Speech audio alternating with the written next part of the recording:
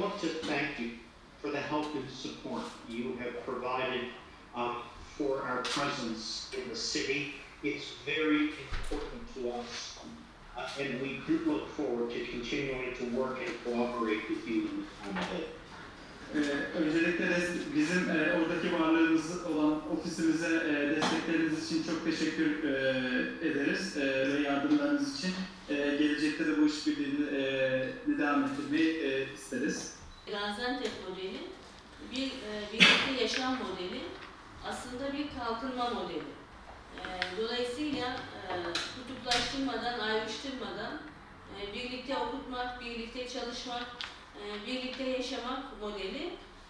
Biz özellikle bu Covid sürecinde, pandemi sürecinde şunu gördük ki sağlıklı şehirler, sağlıklı ülkeler en önemli gündemimiz oldu ve kim bunun altyapısını iyi sağlarsa onların bu süreçte başarılı çıktığını gördük.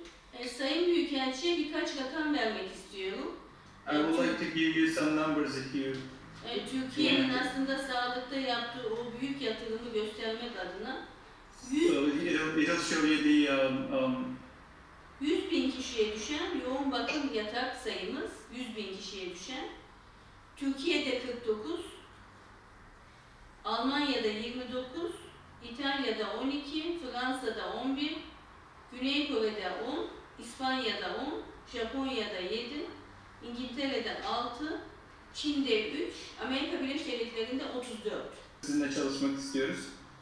Covid'den önce de yapmak istiyorduk, hala istiyoruz. Özellikle turizm promosyonu konusunda şeyler yapmak istiyoruz. Zaten yapıyorduk ve insanların buralara gelmesi için her türlü teşviki sağlamaya çalışıyoruz.